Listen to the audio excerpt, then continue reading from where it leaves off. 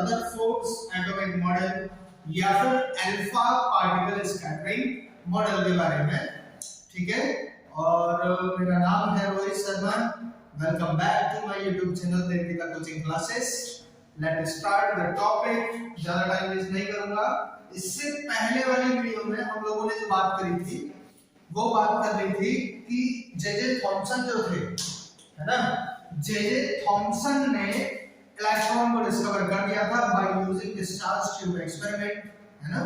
और उस एक्सपेरिमेंट को देने के बाद फिर क्वेश्चन उठा था कि एटम का स्ट्रक्चर कैसा होता है, क्योंकि पहले तो हम लोग एटम को ही सबसे छोटा मान रहे थे।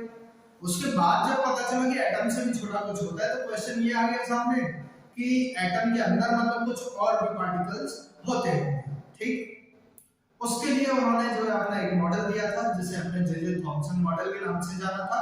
उसमें उन्होंने जो है बात करी थी कि जो एटम होता है वो पूरा पॉजिटिवली चार्ज्ड स्फीयर है और इलेक्ट्रॉन्स जो होते हैं उसमें एम्बेडेड होते हैं, जिसे आप प्लम पुडिंग मॉडल या फिर वाटरमेलन मॉडल के नाम से भी जानते हैं। उसमें उन्होंने यही चीज को जो है एक्सप्लेन किया था।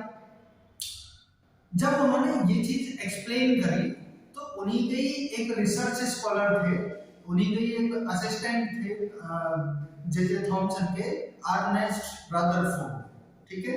तो अर्नेस्ट रदरफोर्ड ने क्या किया, वो चाहते थे कि जो उन्होंने बताया है उसे एक्सपेरिमेंटली प्रूफ करें, ठीक। तो उसी चीज को जो है जब वो एक्सपेरिमेंटली प्रूफ करना चाह रहे थे तो इन्होंने रदरफोर्ड ने जो है दो साइंटिस्टों को जो सजेस्ट किया जिनका नाम था Hans Geiger and Ernest Marsden.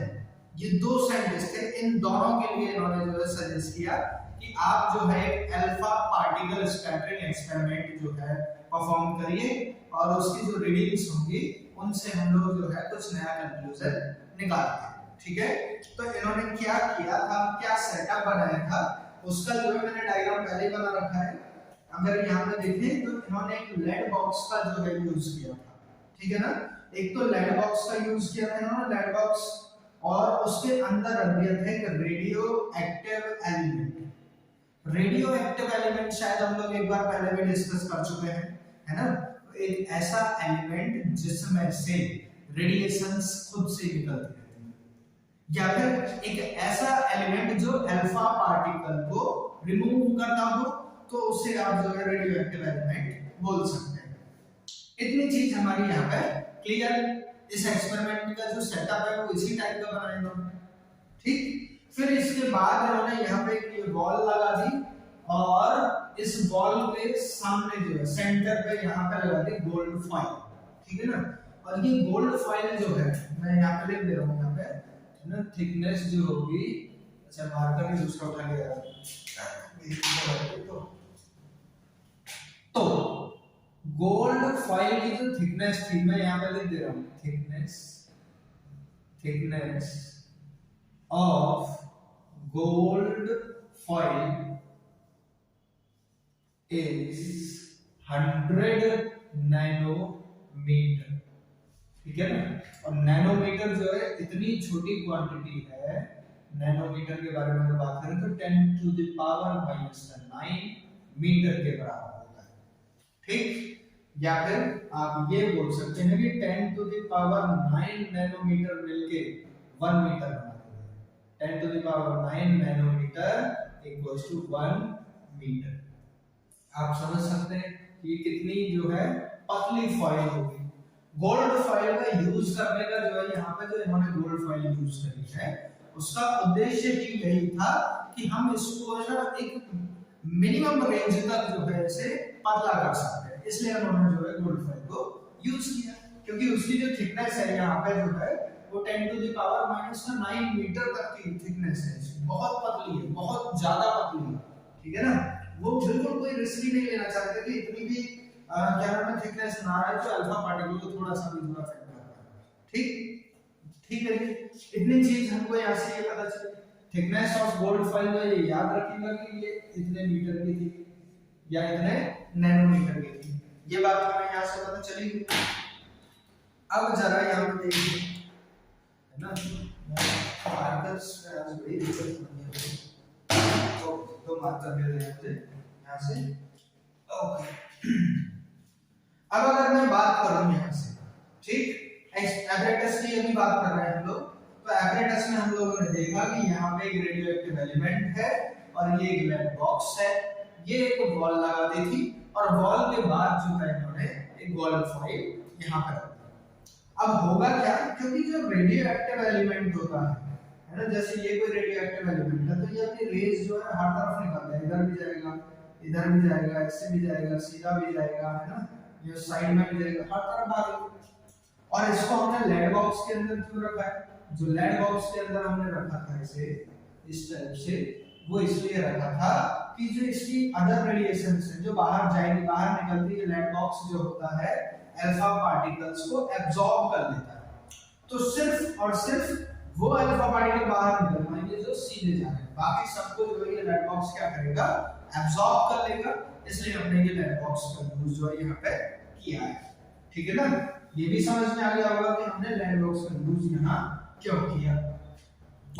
फिर इसके बाद हमने यहाँ पर जो है गेगर काउंटर लगाया। गेगर काउंटर जो है एक ऐसा मटेरियल है कि ये जो है अल्फा पार्टिकल को डिटेक्ट करके दिखाता है। गेगर काउंटर जो है अल्फा पार्टिकल डिटेक्टर के तौर पर यूज हो रहा है यहाँ, ठीक। अब जैसे अल्फा पार्टिकल यहाँ से निकलेंगे, स्ट्राइक करेंगे, हो सकता है कि अल्फा पार्टिकल जो है कुछ यहाँ पे जाए, कुछ यहाँ जाए, कुछ यहाँ जाए, है ना, कहीं पे भी जा सकते हैं, तो उसको जो है ये डिटेक्ट करके बताता है। इसकी खास बात क्या है कि ये गेगर काउंटर कोई जरूरी नहीं एक जगह फिक्स नहीं रहता है, इस पूरी वॉल पर ये मूव कर सकता है, ऐसे यहाँ से यहाँ तक न्यूज जाएगा, फिर लौट के आ जाएगा, इस टाइप से जो है इसका मोशन पॉसिबल है गेगर काउंटर का। तो ये एपरेटस जो है इन्होंने यूज किया और इस एपरेटस की हेल्प से जब इसमें अल्फा पार्टिकल बम्बार्ड किए गए तो कुछ ऑब्जर्वेशन हुए, कुछ चीजें जो है ऑब्जर्व हुई और उससे इन्होंने कुछ कंक्लूजन निकाले, अपना जो है मॉडल जो है रखा, उसके बारे में कुछ बताया, वो सब चीजें जो है अभी हम देखने वाले हैं। तो हमने इतनी बात तो कर ही ली है कि जो यहाँ से रेडियो एक्टिव एलिमेंट से जो अल्फा पार्टिकल निकलने वाले हैं वो केवल वो अल्फा पार्टिकल निकलेंगे जो स्ट्रेट लाइन में जा रहे थे, ठीक। बाकी तो अल्फा पार्टिकल नहीं निकलेंगे ना, बाकी को तो ये एब्जॉर्ब कर लेगा। तो हम क्या करते हैं, मान लेते हैं कि ये वो अल्फा पार्टिकल्स हैं जो सीधे निकल रहे हैं, ऐसे ये गए इससे एक बीम की फॉर्म में गए होंगे या फिर एक स्ट्रेट लाइन बना के दिखा दे रहा हूं यहां से, है ना। तो ये जो लाइन होगी, बीम होगी, वो जा रही है स्ट्रेट वाली जो है, ऐसे यहाँ पे स्ट्राइक करा होगा इससे, बहुत सारी रेज होगी, कोई जरूरी थोड़ी है कि एक ही अल्फा पार्टिकल गया होगा, ऐसे करके रेज होगी बहुत, वो सब जो जा रही थी और यहाँ पे स्ट्राइक करती आ रही थी, ओके।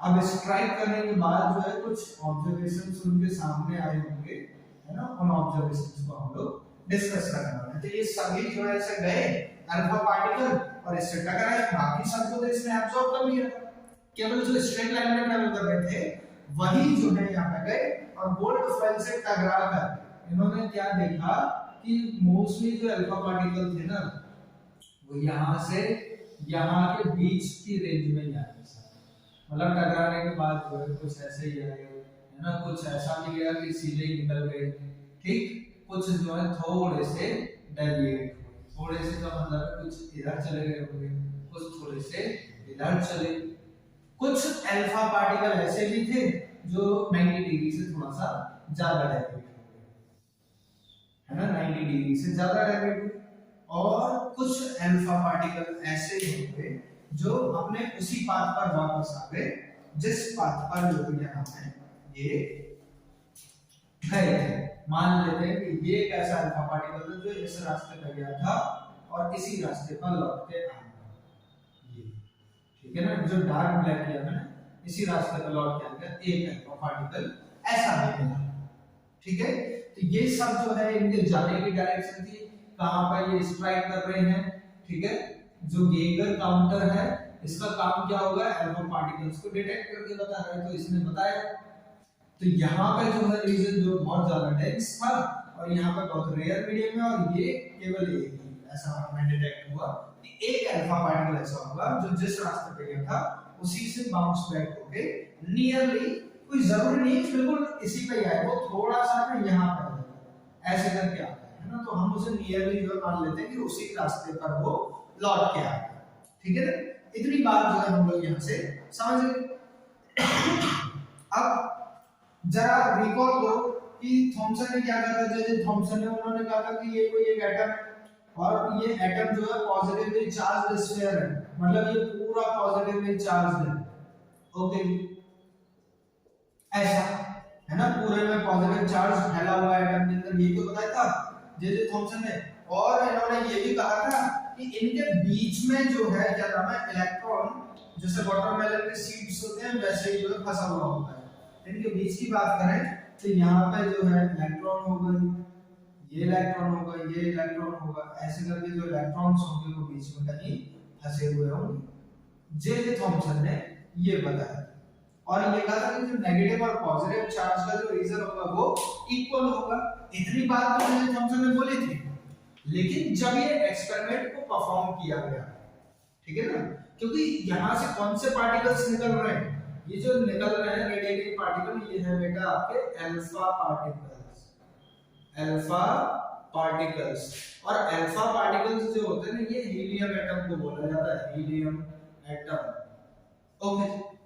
अल्फा पार्टिकल जो होते हैं ये आपके बेटा पॉजिटिवली चार्ज्ड पार्टिकल होते हैं, पॉजिटिवली चार्ज्ड पार्टिकल्स, ओके। इतना जो है हमें यहाँ से पता चला कि जो अल्फा पार्टिकल होंगे वो पॉजिटिवली चार्ज्ड पार्टिकल होंगे। अब बताओ कि कोई पॉजिटिवली चार्ज्ड पार्टिकल आया और यहाँ पर ऐसे स्ट्राइक करेगा, तो बताओ ये भी पॉजिटिव, ये भी पॉजिटिव, पॉजिटिव पॉजिटिव क्या करेंगे, एक दूसरे को रिपेल करेंगे कि नहीं? तो भाई साहब इस रीजन से तो वो पास ही नहीं हो पाएगा, उसे तो डेविएशन होना, मतलब डेविएट हो जाएगा ना वो, तो इस रीजन से दूर दूर भागेगा, या तो ऐसे भागेगा या ऐसे भागेगा या इसी रास्ते पर लौट के आएगा, यही तो होने चाहिए फिनोमेना जो होने चाहिए। लेकिन यहाँ पे तो कुछ और नई कहानी निकली, यहाँ पे तो नई कहानी ये निकली कि भाई साहब ये तो सामने ही जो बहुत सारे अल्फा पार्टिकल मिल गए, यहाँ पे बहुत कम मिले, यहाँ पे बहुत कम मिले, और 180 पर लौटने वाले तो बहुत ही ज्यादा कम मिले, एक ही अल्फा पार्टिकल मिला, है ना। तो इस चीज से जो है दिमाग में बड़ी कंफ्यूजन सी आई उनके, और कुछ कंक्लूजन निकाला उन्होंने ये नोटिस किया कि ये जो रीजन है यहाँ से मैं मान ले रहा हूँ इतना, इस रीजन के बारे में अगर बात करें तो ये रीजन जो है करीब करीब 1 से 2 डिग्री का रीजन है, 1 से 2 डिग्री का रीजन है। इसमें करीब करीब 99% अल्फा पार्टिकल यहीं पे हमें पाए गए स्ट्राइक होने के बाद, और इसके बाद जो बचा हुआ रीजन होगा उसमें 1% में यूज हो रहे हैं बाकी जितने। तो अब आप आइडिया लगा सकते हो कि इसी में ही बिना डेविएट हुए इतना कम रीजन है ये डेविएशन के लिए कि हम इन्हें अनडेविएटेड बोल सकते हैं कि स्ट्रेट निकल गए, डेविएट ही नहीं होगी। इतनी छोटी वैल्यू कि इग्नोरेबल है, हम we can ignore them या फिर we can ignore their deviations, इतना छोटा डेविएशन होता है, ठीक है। जब आप इन्हें इग्नोर मार देंगे तो हमें लगेगा कि ये स्ट्रेट लाइन में ही ट्रैवल कर रहे हैं और हम स्ट्रेटली ही स्ट्राइक करेंगे। मोस्टली अल्फा पार्टिकल जो 99% अल्फा पार्टिकल ऐसे चला गया। अब यहां से जो बात निकल गई, उन्होंने कहा कि भाई जो जे थॉमसन ने मॉडल बताया ना ये वाला, ये तो हो ही नहीं सकता, ये नहीं हो सकता मॉडल। उन्होंने कहा कि हाँ ऐसा कुछ आइडिया जरूर हो सकता है कि एटम जो है ऐसा हो और उसके सेंटर में छोटा सा रीजन हो, और उस छोटे से रीजन के आर पार जो बाकी सब जा रहे हैं यहाँ पे, क्योंकि पॉजिटिवली चार्ज पार्टिकल तो सिर्फ पॉजिटिव से ही डेविएट होंगे, और यहाँ पॉजिटिव के पास है तो थोड़ा सा डेविएशन शो हुआ इधर, है ना, ये तो पॉजिटिव रीजन सेंटर में होगा। फिर इन्होंने जो है यहाँ से थोड़ा सा डेविएशन फिर यहाँ पे शो हुआ होगा, फिर ये स्ट्रेट गए होंगे, ये स्ट्रेट गए होंगे, है ना, इस टाइप से जो है ये निकल रहे होंगे अल्फा पार्टिकल यहाँ से। यही तो डेविएशन यहाँ पे दिख रहा था, है ना, बाकी तो सब स्ट्रेटली मिल ही रहे थे। ये 1 से 2 डिग्री वाला रीजन है, उसी रीजन का जो स्कैटरिंग में थोड़ा बड़ा करके दिखा रहा हूँ, सोल को बिना माइक्रोस्कोप से बड़ा करके दिखा रहा हूँ, you should thankful to me, है ना। अच्छा, तो रदरफोर्ड ने आइडिया लगाया कि एटम का जो स्ट्रक्चर होगा वो कुछ ऐसा होगा कि जो है ना बीच में जो छोटा सा बहुत छोटा रीजन होगा, है ना, कि बहुत छोटा रीजन होगा जहां पर पॉजिटिव चार्ज है, इसीलिए वो एक अल्फा पार्टिकल जो है डिफ्लेक्ट बैक उसी पाथ पर वापस है, ठीक है ना। और बाकी में भी डेविएशन कम इसीलिए हुआ, सीधे नहीं गए तो इसीलिए गए क्योंकि यहाँ से हमें आइडिया लग गया कि यहाँ से जो रेज जा रही है वो सब सीधी जा रही होगी ना, ये आइडिया लग गया आपको। तो उन्होंने कहा कि ऐसा कुछ स्ट्रक्चर होना मांगता है, ऐसा कुछ हो सकता है। ये जो है रदरफोर्ड ने बोल दिया कि भाई जे थॉमसन जी का जो मॉडल था, है ना, वो मॉडल तो ऐसा तो स्ट्रक्चर ऑफ एटम हो ही नहीं सकता, एटम का स्ट्रक्चर ऐसा नहीं हो सकता, कुछ ऐसा होगा मेरे हिसाब से। रदरफोर्ड के हिसाब से जो स्ट्रक्चर ऑफ एटम है वो ऐसा होना चाहिए। तो उन्होंने कहा कि मेरे हिसाब से तो स्ट्रक्चर ऑफ एटम जो है वो ऐसा होना चाहिए कि उसके सेंटर में पॉजिटिव चार्ज होना चाहिए और उसके बाहर जो है इलेक्ट्रॉन घूमने चाहिए, ठीक है ना। ये बात जो है उन्होंने बताई, इतना ऑब्जर्वेशन किया। एक चीज यहां से हमको ये पता चली कि ये 90 डिग्री से ज्यादा जो डेविएशन हुआ, ठीक है ना, 90 डिग्री से ज्यादा डेविएशन जो हुआ है वो एक आधी अल्फा पार्टिकल थे। मतलब उन्होंने ये कहा, मतलब आइडिया जो बनाया, ऑब्जर्वेशंस पहले तो निकाल देते हैं, ऑब्जर्वेशंस, ओके। तो उन्होंने जो ऑब्जर्वेशंस निकाली सबसे पहले तो यही बताई कि करीब करीब 99.8% ऑफ अल्फा पार्टिकल्स जो थे इस एक्सपेरिमेंट को करने के बाद गोस स्ट्रेट, इतने अल्फा पार्टिकल थे जो स्ट्रेट चले गए थे अनडेविएटेड, ठीक है ना, इसे बोल सकते हैं अनडेविएटेड, डेविएटेड, बिना डेविएट हुए सीधे सीधे चले गए, ओके। दूसरा क्या इन्होंने नोटिस किया कि 90 डिग्री से जो ज्यादा डिफ्लेक्शन हुआ है अल्फा पार्टिकल्स में, ऐसे अल्फा पार्टिकल करीब एक अल्फा पार्टिकल था, तो यहाँ पे मैं लिख देता हूँ कि only one alpha particle is deviated by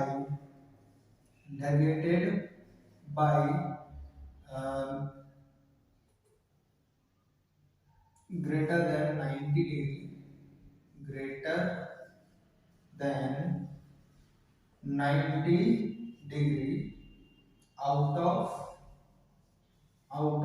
8000 alpha particles, मतलब 8000 अल्फा पार्टिकल्स में से एक अल्फा पार्टिकल ऐसा था जो 90 डिग्री से ज्यादा डिफ्लेक्शन शो कर रहा है, ठीक है।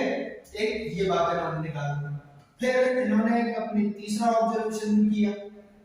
तीसरे ऑब्जर्वेशन में इन्होंने क्या देखा कि करीब करीब एक अल्फा पार्टिकल ऐसा भी था जो 180 में लगभग 180 में ही जो है डिफ्लेक्ट बैक हुआ था।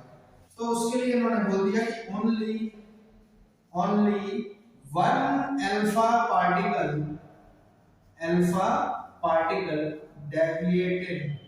deviated by 180 डिग्री,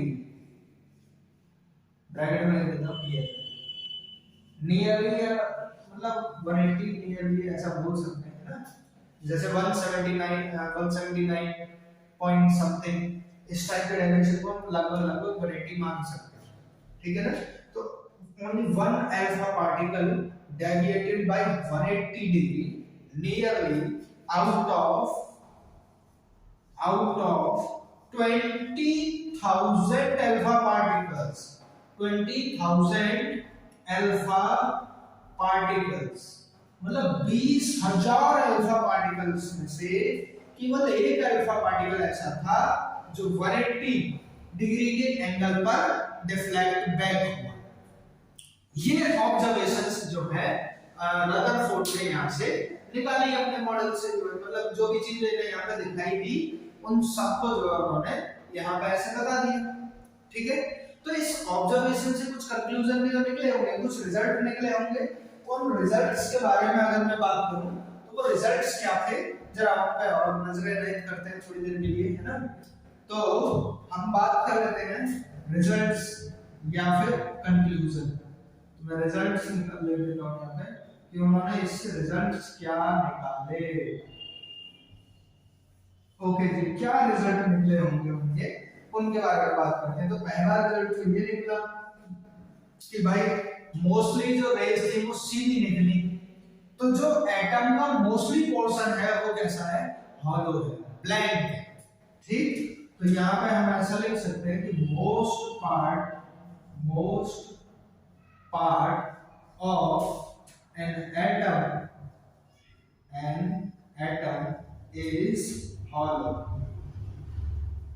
एक तो ये कंक्लूजन निकाल लिया उन्होंने कि इसका मोस्टली पार्ट जो है खाली होगा, तभी इतने सारे अल्फा पार्टिकल्स स्ट्रेट निकल सकते हैं, अदरवाइज ऐसी कोई पॉसिबिलिटी बन ही नहीं सकती थी। दूसरे में उन्होंने क्या कंक्लूजन निकाला, क्योंकि कुछ में तो डेविएशन शो हुआ था थोड़ा बहुत, है ना, कुछ में फिर 90 से ज्यादा भी दिखाई दिया था। तो इसका मतलब क्या हुआ कि अल्फा पार्टिकल जो है पॉजिटिवली चार्ज पार्टिकल है, तो डेविएशन जो हुआ वो पॉजिटिवली चार्ज से तो हुआ होगा। तो मतलब ये जो छोटा सा रीजन इन्होंने बताया था, जिसे इन्होंने पॉजिटिवली चार्ज बोला है, उन्होंने कहा कि एटम के सेंटर में एक बहुत छोटा सा रीजन होगा जो पॉजिटिवली चार्ज होगा, जिसकी वजह से कुछ अल्फा पार्टिकल्स जो है वो डेविएट हुए। एक ये बात है हमने बोली। तो यहाँ पे हम बोल सकते हैं कि एटम के सेंटर में जो है, in the centre of an atom and a small region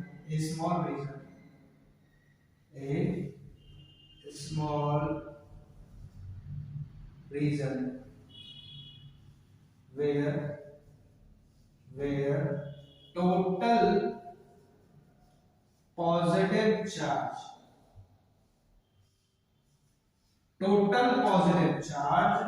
of the atom exists। Centre में एक जो है छोटा सा रीजन होगा, बहुत छोटा सा, जहां पर पूरा का पूरा पॉजिटिव चार्ज जो होगा एटम का वो एग्जिस्ट कर रहा होगा। क्योंकि अगर बाहर कहीं पॉजिटिव चार्ज होता तो अल्फा पार्टिकल का डेविएशन वहां जरूर दिखाई देता, क्योंकि पॉजिटिव एक दूसरे को डेविएट करते हैं, डिफ्लेक्ट करते हैं, है ना, दूर भागते हैं, पैरेलल करते हैं, ये सारी बातें। ठीक है, और भी कुछ कंक्लूजन निकाला होगा। हाँ, इन्होंने एक बात ये भी तो बोली कि एक अल्फा पार्टिकल ऐसा था जो इससे टकराया, टकराने के बाद वापस आया। तो इसका मतलब क्या है, अल्फा पार्टिकल होता है हीलियम एटम, है ना, थोड़ा भारी पार्टिकल होता है, इलेक्ट्रॉन का डबल मास होता है इसमें, है ना, और बहुत छोटे रीजन से स्ट्राइक करने के बाद उसी पाथ पर वापस आ गया। ऐसा कैसे पॉसिबल हो सकता है कि कोई भारी भरकम आदमी और हल्के फुल्के से टकराए और जो है उसी रास्ते में वापस आ जाए? इसका मतलब क्या था कि उस स्मॉल रीजन में लगभग पूरे एटम का जो मास है वो भी एग्जिस्ट कर रहा था। ठीक है, तो उन्होंने बताया कि एटम में जो है मेरे ख्याल से जो मास है पूरा एटम का वो उसके सेंटर में जो है एग्जिस्ट करना चाहिए। ठीक, इसको जो है थोड़ा सा रफ कर दे, स्क्रीनशॉट ले लो, इसको रफ कर दे। चलो स्क्रीनशॉट भी मतलब मैं इतना जो है यहाँ पे रफ कर दे रहा हूँ, यहाँ पे आ जाएंगे ये बात। थिकनेस के बारे में तो आपको पता ही है ना, और ये मॉडल भी मिटा देते हैं, पता चला इसे भी संग बना दिया, मान तो तुम हो ही, है ना। ओके जी, ये हुआ रफ, यहाँ पे थोड़ा सा स्पेस मिला है अपने को। तो इनका जो तीसरा रिजल्ट रहा होगा, है ना, तीसरा कंक्लूजन जो रहा होगा, उन्होंने ये कहा कि जो मोस्ट ऑफ द मास होगा, most of the mass of atom exist in the center of the atom के सेंटर में एग्जिस्ट करेगा, where या फिर ऐसा लिखते हैं which is positively charged region, या फिर इतना ही, ठीक है ना। उसके सेंटर में जो है पूरा मास जो होगा, लगभग मोस्ट ऑफ द मास जो होगा वो वहीं पे एग्जिस्ट कर रहा होगा। इतनी ये चीज भी पता चल रही, ठीक है ना। तो उस छोटे से रीजन को रदरफोर्ड ने नाम दिया न्यूक्लियस, ठीक है ना। तो यहाँ पे हम ऐसा बोल सकते हैं कि that small portion where total positive charge and almost mass of an atom या फिर of the atom exist is called nucleus। उसे आप क्या बोल देंगे? न्यूक्लियस। तो ये जो चीजें थी, ये जो ऑब्जर्वेशंस थे, इन्होंने ये बताया, ठीक है। तो ये चीज जो है रदरफोर्ड ने ऑब्जर्व करी। इन्होंने एक बात और बोली थी, उस बात को और ले लेते हैं। क्या बात बोली उन्होंने, है ना।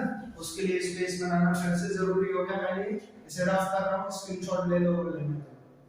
ओके जी, अब यहाँ पे आ जाते हैं।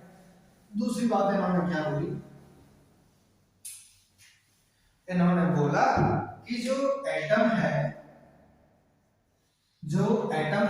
उसका पॉजिटिव चार्ज जो है वो तो न्यूक्लियस के अंदर होता है, या होल मास जो होता है न्यूक्लियस के अंदर होता है, और इस न्यूक्लियस के बाहर इलेक्ट्रॉन रोटेट करता है, ठीक है ना। तो इन्होंने ये बोला कि जो इलेक्ट्रॉन्स होंगे, electrons revolving around the nucleus ये चीज आई। मतलब इन्होंने ये कहा कि रदरफोर्ड सर ने जो बताया कि ये पूरे में पॉजिटिव चार्ज होता है, तो ये तो पूरे में पॉजिटिव चार्ज नहीं होता, सेंटर पर पॉजिटिव रहता है। उसके बाद उन्होंने कहा था इलेक्ट्रॉन जो फंसे हुए थे वो इलेक्ट्रॉन फंसे हुए नहीं होते हैं, इलेक्ट्रॉन एक पर्टिकुलर ऑर्बिट में घूम रहे थे, ठीक है ना, जिसे आप बाद में शेल नाम दे देंगे, ठीक है ना। तो इलेक्ट्रॉन्स जो थे वो रिवॉल्व कर रहे थे शेल्स, चाहो तो शेल्स लिख सकते हो, या फिर इतना बोल दो कि electrons revolving around the nucleus. तो ये जो चीजें थी ये इन्होंने जो है रदरफोर्ड ने बताई, जो थॉमसन मॉडल के बाद भी जो है उन्होंने एक्सपेरिमेंट किया था। जब उन्होंने स्ट्रक्चर ऑफ एटम बता दिया था, उसके बाद उसी को प्रूव करने के लिए करा था वैसे तो, लेकिन जो ऑब्जर्व किया इन्होंने वो बिल्कुल ही डिफरेंट था। तो उससे जो भी ऑब्जर्वेशन इनको आई वो इन्होंने आपने जो है बता दी कि मुझे भाई ये ऑब्जर्वेशन जो वहां पर दिखाई दी और इस वजह से जो है ऐसा होना चाहिए। तो जे थॉमसन का जो मॉडल था उसके कंपैरिजन में इस मॉडल को जो है ज्यादा सफलता मिली थी, है ना। और ये काफी हद तक जो है उस मॉडल के कंपैरिजन में बहुत सही था। लेकिन इसके भी मॉडल की कुछ कमियां तो रही होंगी, है ना। तो इसके मॉडल की जो कुछ कमियां रही हैं, उन कमियों को हम डिमेरिट्स बोल सकते हैं, ड्रॉबैक्स बोल सकते हैं, है ना। तो इनके जो ड्रॉबैक्स हैं उन पे और एक बार निगाह मार लेते हैं, है ना। तो मैं इसे जो है रफ करता हूं थोड़ा बनाने के लिए। ओके जी, ड्रॉबैक्स के बारे में बात करें। स्पेस जो है यार कम हो गया है, क्या किया जाए, क्या किया जाए। ओके जी, तो ड्रॉबैक जो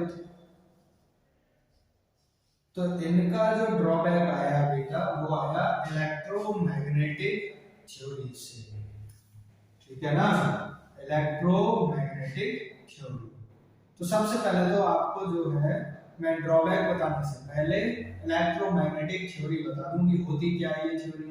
तो सबसे पहले तो हम ये जान लें कि इलेक्ट्रोमैग्नेटिक, ये अभी याद करने की जरूरत नहीं है, आगे क्लास में पढ़ोगे, लेकिन इसका यूज हो रहा है तो बताना मेरे लिए कंपलसरी होता है। इलेक्ट्रोमैग्नेटिक थ्योरी, ये थ्योरी ये कहती है कि अगर कोई चार्ज एक्सीलरेटेड मोशन में हो, क्या बोला मैंने, अगर कोई चार्ज एक्सीलरेटेड मोशन में होगा तो वो अपनी एनर्जी को रेडिएट करता है, एनर्जी को लॉस करता है, ठीक है ना, रेडिएशंस निकलती हैं उसमें से। तो यहाँ पे इन्होंने बोला कि n एक्सीलरेटेड चार्ज, ठीक है ना, radiation,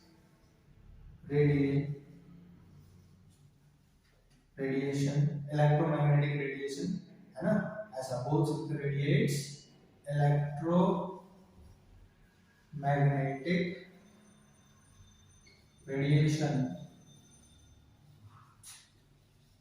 and loss energy also, and loss energy. Okay, अब जरा यहाँ पे आओ, रदरफोर्ड के मॉडल में रदरफोर्ड ने कहा कि इलेक्ट्रॉन जो है सर्कुलर पाथ पे गोल गोल घूमते हैं। इलेक्ट्रॉन का चार्ज कैसा है, नेगेटिव चार्ज, तो मतलब ये चार्ज पार्टिकल तो है, ठीक है ना।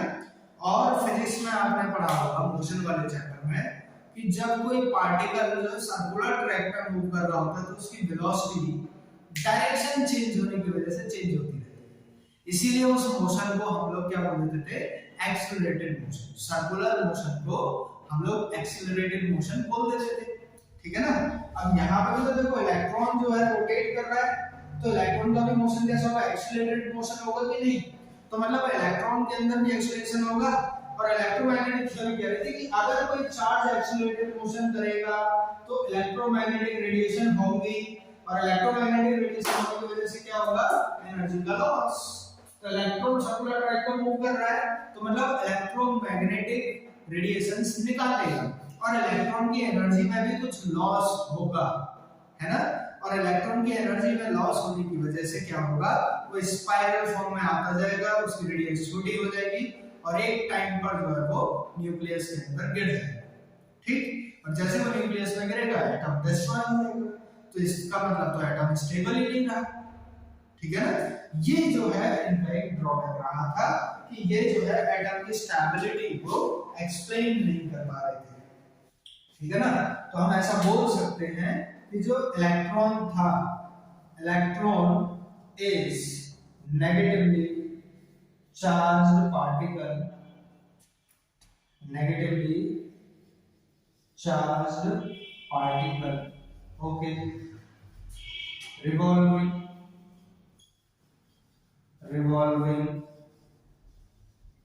around the nucleus। इलेक्ट्रॉन जो है नेगेटिवली चार्ज पार्टिकल है और न्यूक्लियस के चारों तरफ जो है रिवॉल्व कर रहा है, इसलिए जो होगा ये भी क्या करेगा, अपनी एनर्जी रेडिएट करेगा। तो हेंस ऐसा करके लिख सकते हैं, हेंस इलेक्ट्रॉन विल रेडिएट, या electron will radiate electromagnetic radiations, ठीक है ना। इलेक्ट्रॉन जो होगा वो रेडिएट कर देता है इलेक्ट्रोमैग्नेटिक रेडिएशन को, एंड लॉस एनर्जी, और एनर्जी का लॉस भी करता है, and loss energy, okay.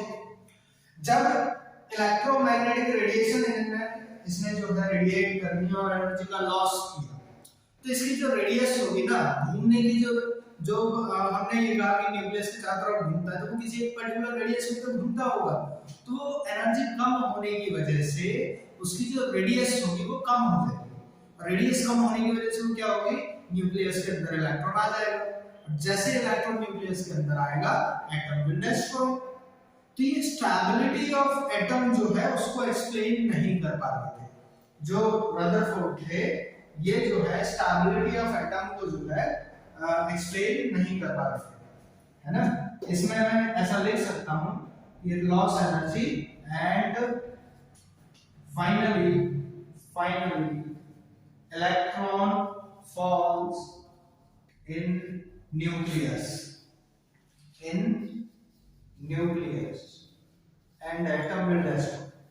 and atom will destroy, atom जो है आपका डिस्ट्रॉय हो जाएगा, ओके जी। दैट इज दैट इज, इसका मतलब ये है कि जो ये मॉडल था, this model is unable to explain the stability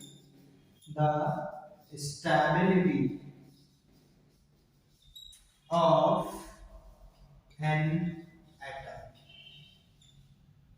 okay, मतलब ये जो होगा ना, क्या नाम है, रदरफोर्ड मॉडल जो है, ये स्टेबिलिटी ऑफ एटम जो मैंने ये लिखा है, इसको नहीं एक्सप्लेन कर पा रहा था।